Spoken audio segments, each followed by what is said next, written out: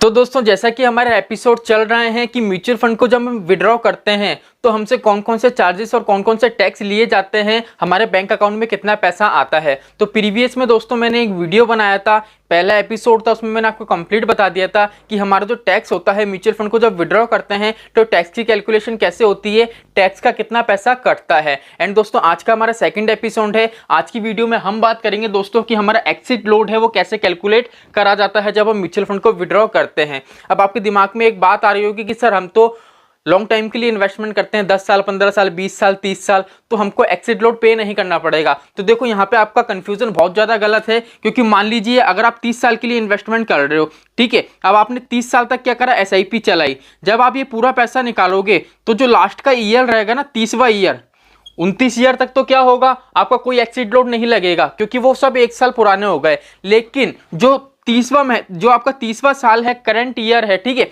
उस पर आपको एक्सिट लोड पे करना पड़ेगा। क्योंकि क्या है दोस्तों, म्यूचुअल फंड में फीफो मेथड चलता है, फर्स्ट इन फर्स्ट आउट, जो पहले आया है वो पहले जाएगा। अभी आपको समझ में नहीं आ रहा होगा, लेकिन कंप्लीट वीडियो वॉच करो जिससे आप इजीली समझ सकते हो। तो चलिए दोस्तों शुरू करते हैं आज की हमारी वीडियो को। तो दोस्तों वीडियो शुरू हो उससे पहले मैं विकास स्वागत करता हूं आपका ग्रो बिजनेस फाइनेंस हब में। दोस्तों आपने अभी तक चैनल को सब्सक्राइब नहीं करा हो तो चैनल को सब्सक्राइब कर लीजिए, क्योंकि म्यूचुअल फंड से रिलेटेड हर वीडियो आपको इस चैनल पर मिलती रहती है। तो चलिए शुरू करते हैं आज की हमारी वीडियो को। तो यहाँ पे दोस्तों पहले मैं आपको एक चीज बता दूं, दोस्तों पहले भी मैंने एक्सिस लोड के बारे में वीडियो बनाया था, वो वीडियो दोस्तों 22 मिनट का था। लेकिन दोस्तों आज की जो ये वीडियो है, इसमें जो कैलकुलेशन है मैं उसको और ज़्यादा सिंपल कर दूंगा, जिससे इजीली आप कैलकुलेशन कर सको। तो पहले मैं थोड़ा आपको बेसिक बता देता हूं। वैसे तो मैंने जो प्रीवियस वीडियो थी उसमें बता दिया था, फिर भी हम थोड़ी बेसिक की बात कर लेते हैं। दोस्तों यहाँ पे देख लीजिए, मैंने मंथ लिख दिए, जनवरी फरवरी मार्च अप्रैल मई जून जुलाई अगस्त सितंबर अक्टूबर नवंबर दिसंबर,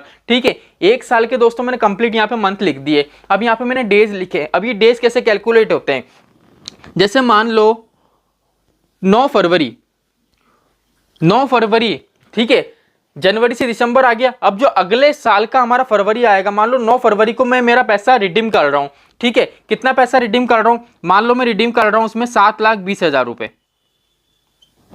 कितना पैसा रिडीम कर रहा हूं, 7,20,000 रुपए। तो डेज कैसे कैलकुलेट होंगे, देखो 9 फरवरी से जब आप बैक जाओगे 1 दिसंबर, मतलब फरवरी से जनवरी, जनवरी से दिसंबर, तो कितने डेज कैलकुलेट होंगे, 71। ऐसी क्या होगा, 9 फरवरी से आप 1 नवंबर में बैक जाओगे, फरवरी से जनवरी, जनवरी से दिसंबर, जनवरी से नवंबर, तो ऐसे कितने दिन कैलकुलेट होंगे, 101। मैंने यहाँ पे कंप्लीट ऐसे डेज लिख दिए, ठीक है। अभी आपको समझ में नहीं आएगा, लेकिन कंप्लीट वीडियो वॉच करो। तो यहाँ पे ऐसे ही दोस्तों 9 फरवरी से जब आप 1 अक्टूबर में बैक जाओगे तो कितने दिन निकलेंगे आपको, 132 दिन। तो इस हिसाब से दोस्तों जितने भी डेज होते हैं मैंने कैलकुलेट करके यहाँ पे सिंपली लिख दिए। अब बात आती है एसआईपी। दोस्तों मैंने एसआईपी कर रहा हूँ 50,000 रुपए की पर मंथ। अब ना तो मैं इसको इंक्रीज करूंगा ना डिक्रीज करूंगा, ना मेरी एसआईपी को स्किप करूंगा। अब आपके दिमाग में बात आ रही होगी कि सर 50,000 रुपए की एसआईपी कौन करता है। तो देखो हमने एक्चुअली में क्या जो टैक्स की कैलकुलेशन करी थी ना, वो टैक्स की कैलकुलेशन करने के लिए दोस्तों हमने 50,000 रुपए की एसआईपी करी थी, जिससे क्या है हमारे हाथ में एक बड़ा अमाउंट रहा है। अगर आपके हाथ में एक बड़ा अमाउंट होगा तो क्या होगा, टैक्स की कैलकुलेशन आप इजीली समझ सकते हो। इसलिए हमने 50,000 रुपए की एसआईपी करी थी, और हमने जो लास्ट वीडियो में जो डेटा लिया था वही इसमें रखा है, जिससे कि जब हम आखिरी पार्ट बनाएंगे इसका जो आपको कल मिलेगा, एक्चुअल में आपको बता सके कि बैंक अकाउंट में कितना पैसा आपको मिलेगा। तो क्लियर है दोस्तों, एसआईपी 50,000 रुपए की हो रही है।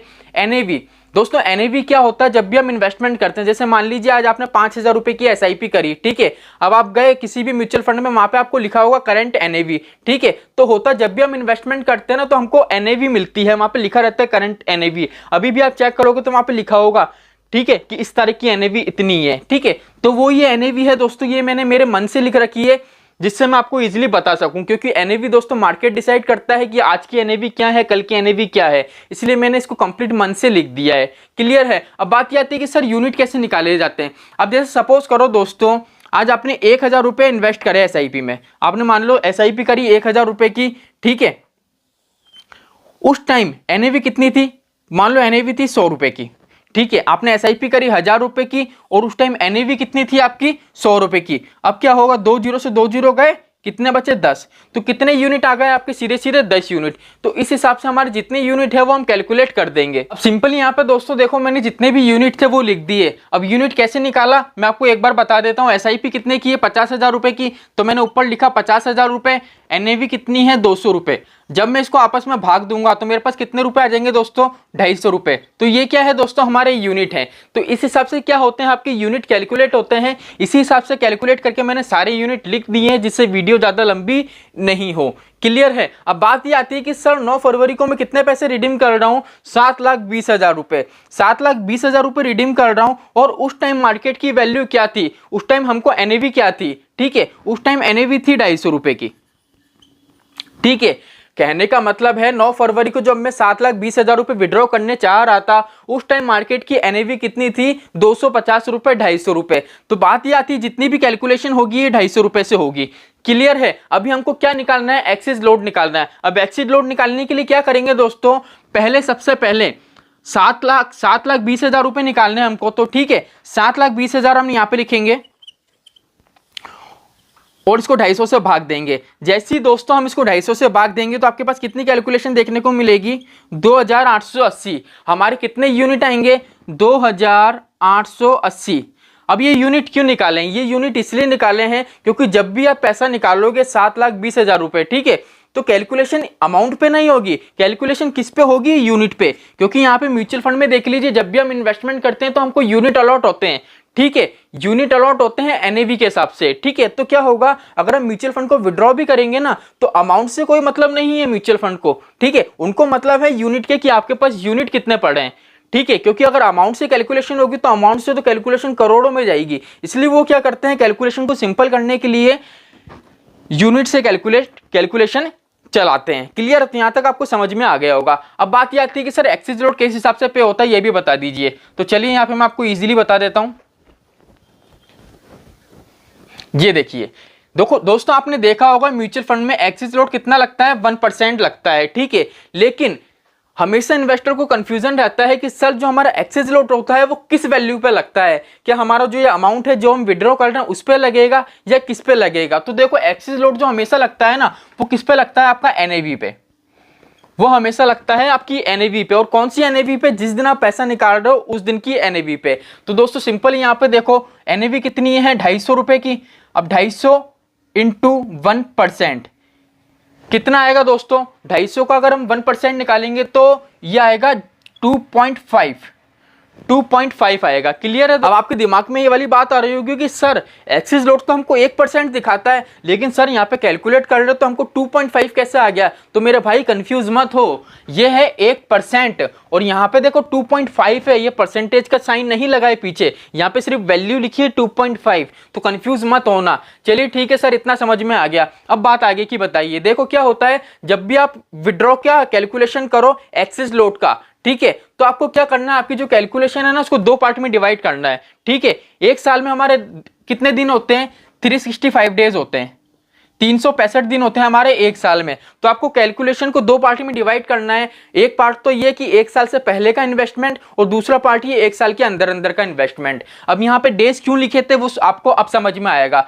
अब यहाँ पे ये चीज देखो, 405 दिन मतलब एक साल से ज्यादा हो गए। ठीक है, 375 दिन एक साल से ज्यादा हो गए।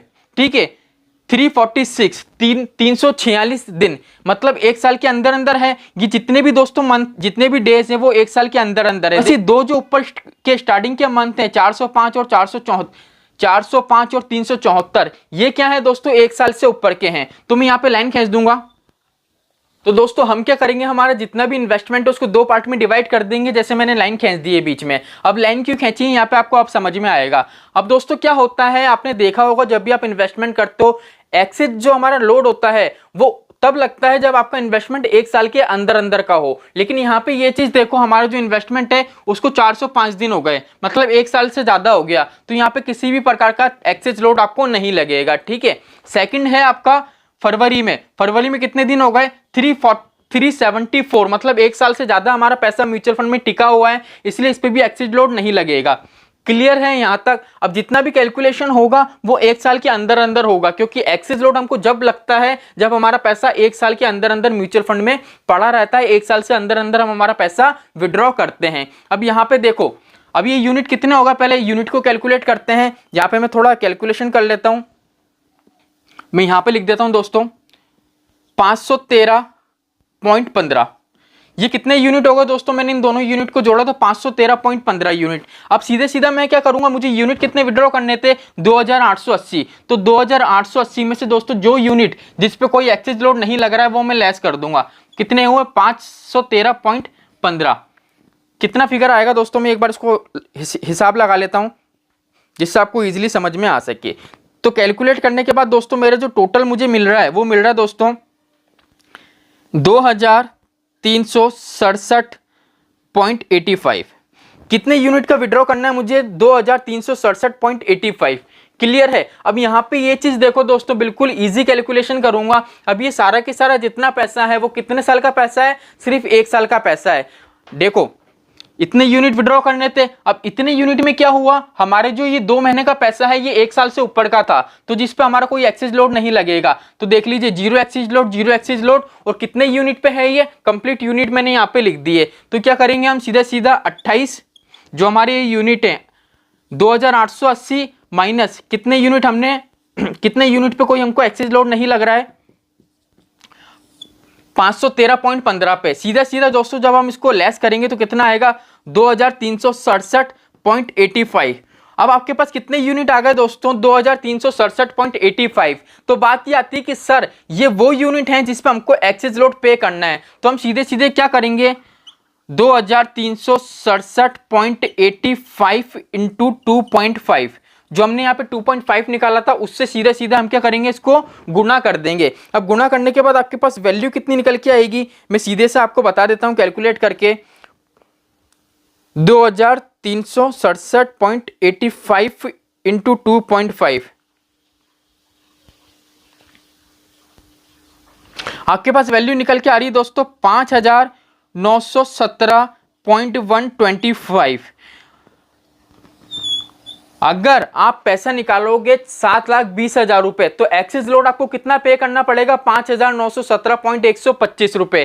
क्लियर है दोस्तों, मैंने जो हमारी कैलकुलेशन थी उसको बहुत ज्यादा इजी बना दिया है। यहाँ पे आप पर्टिकुलर एक एक की अगर एक एक यूनिट की कैलकुलेशन करोगे तो काफी ज्यादा टाइम लगेगा। इसलिए मैंने क्या करा, कंप्लीट हमारा जो पैसा है वो 1 साल के अंदर अंदर का है, क्योंकि एक्सेस लोड हमको 1 साल के अंदर ही पे करना पड़ता है। क्लियर है। इसलिए मैंने क्या करा, जितने भी हमारे यूनिट थे 2880 यूनिट हमको विड्रॉ करने, उसमें से जो 1 साल के ऊपर का पैसा है, जैसे यहाँ पे देख लीजिए 513 यूनिट थे, मैंने 513 यूनिट इसमें से लेस कर दिए। तो सिंपली मेरे को पता पड़ गया कि ये यूनिट है जिसपे मुझे 1 साल के अंदर अंदर एक्सेस लोड पे करना है। तो सिंपली मैंने इसको 2.5 से इंटू कर दिया, तो हमको पता पड़ गया कि हाँ 5,917.125 ये अमाउंट हमको पे करना पड़ेगा। मतलब इतना अमाउंट हमारा म्यूचुअल फंड वाले सेक्शन में से कटेगा, जब जाके हमको इतना पैसा मिलेगा। अभी भी बात ये आती है कि सर क्या ये इतना पैसा हमारे बैंक अकाउंट में आ जाएगा। तो देखो कल का हमारा जो एपिसोड है उसमें कंप्लीट मैं आपको बताऊंगा कि एक्सपेंस रेशियो भी क्या होता है और हमारा बैंक में टोटल कितनी वैल्यू आएगी।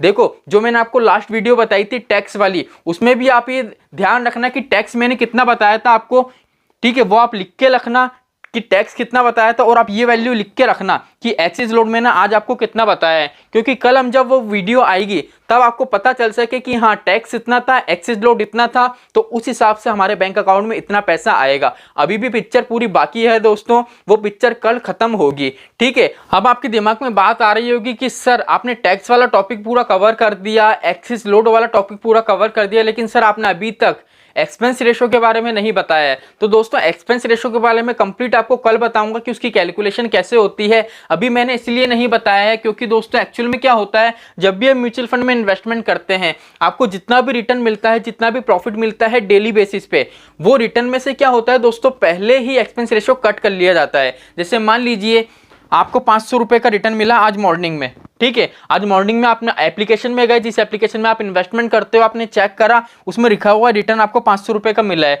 तो क्या है दोस्तों, ये 500 रुपए में से पहले ही, जैसे मान लीजिए 600 रुपए था, ठीक है, 600 रुपए था, तो इसमें से क्या हुआ, एक्सपेंस रेशियो पहले कट हो गया, उसके बाद आपको क्या हुआ दोस्तों, आपका प्रॉफिट मिला, ठीक है। इसलिए हमको सिर्फ प्रॉफिट शो होता है, एक्सपेंस रेशियो शो नहीं होता है। क्लियर है दोस्तों, एक्सपेंस रेशो हमारे प्रॉफिट में जुड़ा हुआ होता है, लेकिन क्या होता है एक्सपेंस रेशो कटने के बाद आपको प्रॉफिट मिलता है।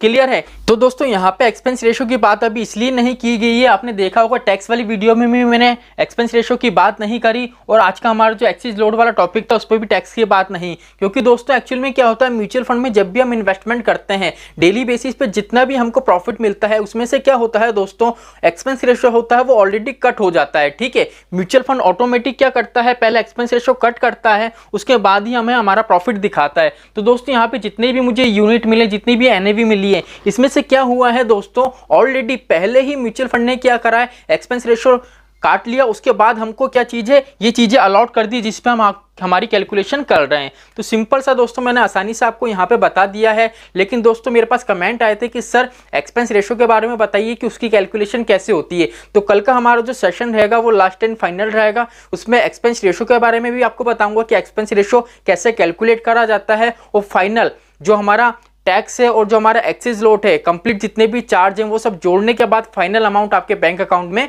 कितना आता है। तो चलिए दोस्तों आज के लिए इतना ही, मिलते हैं हमारी नेक्स्ट वीडियो में। जय श्री श्याम दोस्तों।